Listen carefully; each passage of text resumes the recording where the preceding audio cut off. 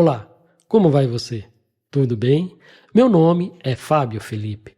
Seja bem-vindo a este canal. Hoje estudaremos mais um tema profético da Bíblia Sagrada no curso Os Livros de Daniel e Apocalipse sem mistérios. Se você nunca estudou estes livros porque imagina serem de difícil compreensão, não se preocupe, pois os temas serão abordados de maneira didática, tornando simples aquilo que parece ser complicado à primeira vista. Saiba que você pode ajudar este trabalho a crescer, se inscrevendo no canal, curtindo este vídeo e o compartilhando em suas redes sociais. O tema de hoje tem como título O Livro Aberto na Mão do Anjo. Neste tema será identificado este livro e o significado desta visão. Antes de iniciar este estudo, apenas duas recomendações. Se esta é a primeira lição que você está vendo, assista às lições anteriores desta série neste canal. Assim você conhecerá os outros assuntos que já foram tratados. E para esta lição, leia o capítulo 10 do livro do Apocalipse. Assim você estará informado do que será analisado neste vídeo. A repetição do padrão profético do livro de Daniel. Na lição passada, iniciamos o estudo da besta que emerge da terra, trazendo para a nossa realidade que este poder, que um dia foi referência na luta pela liberdade e independência das nações, em breve se tornará num instrumento do arqui-inimigo de Cristo, Satanás. Com essa lição, foi estudado o último dos 4 animais ou bestas do Apocalipse. Na lição de número 15, foi mencionado que estas 4 bestas repetem em todos os sentidos o padrão profético dos capítulos 2 e 7 do livro de Daniel, e que elas representam os principais poderes que, a contar dos dias de João, iriam lutar contra os interesses de Deus na terra. Ocorre que nos capítulos 2 e 7 há em ambos um quinto símbolo de poder ou reino dividido. No caso do capítulo 2, no sonho da estátua, esse poder foi representado pelos pés em parte de ferro e em parte de barro. E no capítulo 7, pelos 10 chifres vistos na cabeça do animal terrível, espantoso e sobremodo forte. Logo, para dar continuidade a esse padrão profético, deverá ser visto no Apocalipse um quinto poder dividido.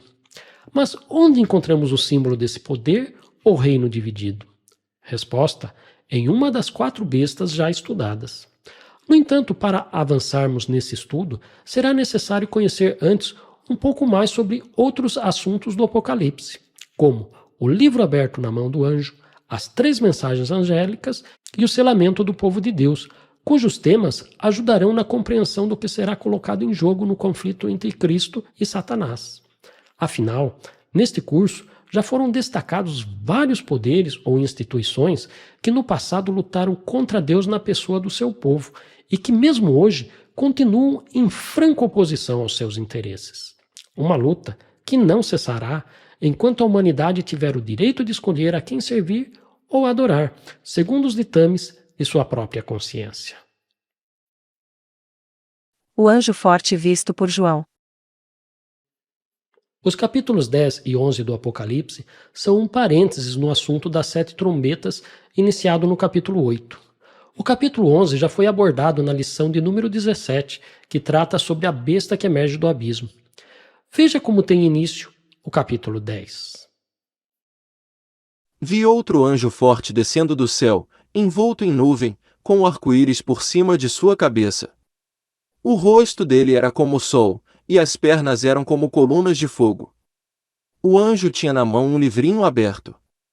Pôs o pé direito sobre o mar e o pé esquerdo sobre a terra e gritou com voz forte, como ruge um leão. E, quando ele gritou, os 7 trovões fizeram soar as suas próprias vozes. O primeiro desafio deste capítulo será identificar quem é este anjo forte que tinha na mão um livrinho aberto, que João viu descendo do céu, tendo o rosto como o sol, cujas pernas eram como colunas de fogo. Para facilitar a identificação desse anjo, vamos direto a algumas de suas características, pois muitas delas já foram mencionadas nesse curso. No Apocalipse, em sua primeira visão, João, ao contemplar o rosto de Jesus, descreveu que o seu rosto brilhava como o sol em sua força. O arco-íris por cima de sua cabeça e as pernas como colunas de fogo foram descritas pelo profeta Ezequiel como a aparência da glória do Senhor. Logo, por todas essas características, já é possível constatar por meio desses símbolos que se trata de um ser divino, embora João o tenha chamado de anjo. Mais um detalhe: esse anjo pôs o pé direito sobre o mar e o pé esquerdo sobre a terra, e gritou com voz forte. No livro de Daniel, foi visto alguém fazer um gesto semelhante. Veja. Então ouvi o homem vestido de linho, que estava sobre as águas do rio. Ele levantou a mão direita e a esquerda ao céu e jurou por aquele que vive eternamente, dizendo: passarão um tempo, tempos e metade de um tempo. E, quando tiverem acabado de destruir o poder do povo santo, estas coisas todas se cumprirão. Este homem, vestido de linho, conhecido no livro de Daniel como Príncipe Miguel, segundo o que foi estudado na lição de número 12, é Jesus, aquele que no último dia desta terra virá sobre as nuvens dos céus e ressuscitará os salvos de todas as épocas. Agora, este anjo forte visto por João é Jesus? A resposta a essa pergunta é sim, pois há ainda um detalhe em ambas as visões que apontam para isso. Note que na visão de Daniel, o homem vestido de linho estava sobre as águas do rio. Já no livro do Apocalipse, o anjo pôs o pé direito sobre o mar. Na Bíblia, somente Jesus andou sobre as águas sem afundar e concedeu a Pedro que caminhasse em sua direção. Portanto, não há dúvidas que este anjo forte, visto por João, é Jesus. Somente Jesus, segundo o apóstolo Paulo, sendo em forma de Deus, foi achado na forma de homem e humilhou-se a si mesmo, sendo obediente até a morte e morte de cruz. Pois Deus é infinito, e para que seja compreensível aos seus seres criados, ele se manifesta em semelhança a eles. Essa manifestação de Cristo, seja como homem ou então como um anjo, em nenhum momento diminui a sua qualidade divina. Antes, exalta a sua essência, de que Deus é amor. Uma vez que já identificamos quem é o anjo forte, vejamos agora as demais vozes que estiveram a falar com João nessa visão. Logo que os 7 trovões falaram, eu ia escrever, mas ouvi uma voz do céu, dizendo: guarde em segredo as coisas que os 7 trovões falaram. Não escreva nada. Então um anjo que vi em pé sobre o mar e sobre a terra levantou a mão direita para o céu e jurou por aquele que vive para todo sempre, o mesmo que criou o céu, a terra, o mar e tudo o que neles há, dizendo: já não haverá demora, mas, nos dias da voz do 7º anjo, quando ele estiver para tocar a trombeta, então se cumprirá o mistério de Deus, como ele anunciou aos seus servos, os profetas. Veja agora estes mesmos versos na Bíblia, Nova Versão Internacional. Logo que os 7 trovões falaram, eu estava prestes a escrever, mas ouvi uma voz do céu, que disse: cele o que disseram os 7 trovões, e não o escreva. Então um anjo que eu tinha visto de pé sobre o mar e sobre a terra levantou a mão direita para o céu e jurou por aquele que vive para todo sempre, que criou os céus e tudo o que neles há, a terra e tudo o que nela há, e o mar e tudo o que nele há, dizendo: não haverá mais demora. Mas, nos dias em que o 7º anjo estiver para tocar sua trombeta, vai se cumprir o mistério de Deus, da forma como ele o anunciou aos seus servos, os profetas. Note que na tradução Nova Almeida Atualizada, o juramento do anjo forte nos versos 6 e 7 foi iniciado com travessão, enquanto na Nova Versão Internacional a fala segue entre aspas. Essa distinção é importante, pois separa o que João ouviu de uma voz do céu da narração do que ouviu dos 7 trovões, cujo assunto foi instruído a guardar em segredo daquilo que o anjo falou. Mas por que foi ordenado a João não escrever aquilo que ele ouviu das vozes dos 7 trovões? Este é o assunto que veremos a seguir. O que disseram os 7 trovões? Embora pareça, a princípio, impossível saber o que disseram os 7 trovões, por nada ter sido escrito, é possível sugerir o que seria a sua mensagem. Veja como segue este assunto. A voz que ouvi, vinda do céu, estava de novo falando comigo e dizendo: vai e pegue o livro que se acha aberto na mão do anjo que está em pé sobre o mar e sobre a terra. Então fui ao anjo, pedindo-lhe que me desse o livrinho. Ele, então, me falou: pegue o livrinho e devore-o. No seu estômago ele será amargo, mas na sua boca será doce como mel. Peguei o livrinho da mão do anjo e o devorei. Na minha boca era doce como mel, quando, porém, o comi, o meu estômago ficou amargo. Note que a voz que João ouviu vir do céu ordenou que ele pegasse o livro da mão do anjo. Já o anjo portador do livrinho disse a João: pegue o livrinho e devore-o. No seu estômago ele será amargo, mas na sua boca será doce como mel. Em seguida, o discípulo obedece, e de acordo com o que ouviu do anjo, o livrinho na boca era doce como mel, quando, porém, no estômago, ficou amargo. Mas afinal, o que quer dizer todos esses símbolos? A resposta se encontra no movimento do advento do século XIX. Nesse tempo, um estudioso batista, o americano Guilherme Miller, ao se deparar com a profecia de Daniel das 2.300 tardes e manhãs, compreendeu que no fim desse tempo aconteceria a purificação da terra pelo fogo e a segunda vinda de Cristo.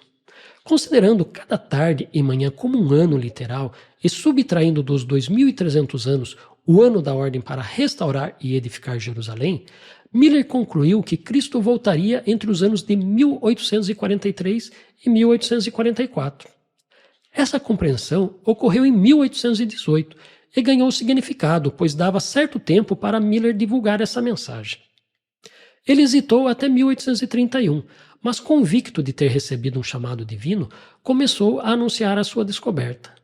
Essa pregação conduziu o mundo cristão do seu tempo ao livro de Daniel, o livrinho dado pelo anjo para ser devorado por João. Naqueles dias, os que creram na mensagem de Miller, em sentido figurado, devoraram as profecias deste livro proclamando a vinda do Senhor no tempo apontado pela profecia. Uma mensagem que na boca era doce como mel, mas que para o estômago se tornou amargo devido à grande decepção por Cristo não voltar no tempo marcado. Para fecharmos esse assunto, há ainda mais um verso. Veja o que foi ordenado a João após ter devorado o livrinho. Então me disseram: é necessário que você ainda profetize a respeito de muitos povos, nações, línguas e reis. Portanto, restou ao povo que devorou o livrinho a missão de profetizar a respeito de muitos povos, nações, línguas e reis. Ou, em outras palavras, deveriam persistir na pregação do Evangelho. Afinal, uma garantia o anjo deu àqueles que o esperavam: não haverá mais demora. Conclusão. E então, você entendeu que o livrinho que João devorou simboliza a compreensão dos períodos proféticos do livro de Daniel? A propósito, no capítulo 8 foi dito a Daniel que mantivesse essa mensagem em segredo. No entanto, ele escreveu.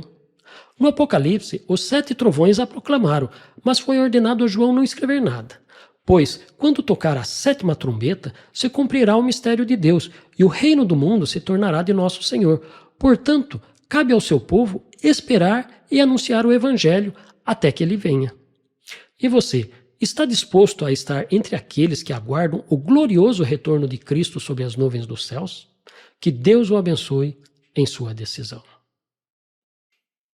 Finalmente, observe que identificamos o livrinho que João devorou, trazendo para a nossa realidade que para Cristo voltar sobre as nuvens dos céus é necessário que o seu evangelho alcance primeiro todas as nações.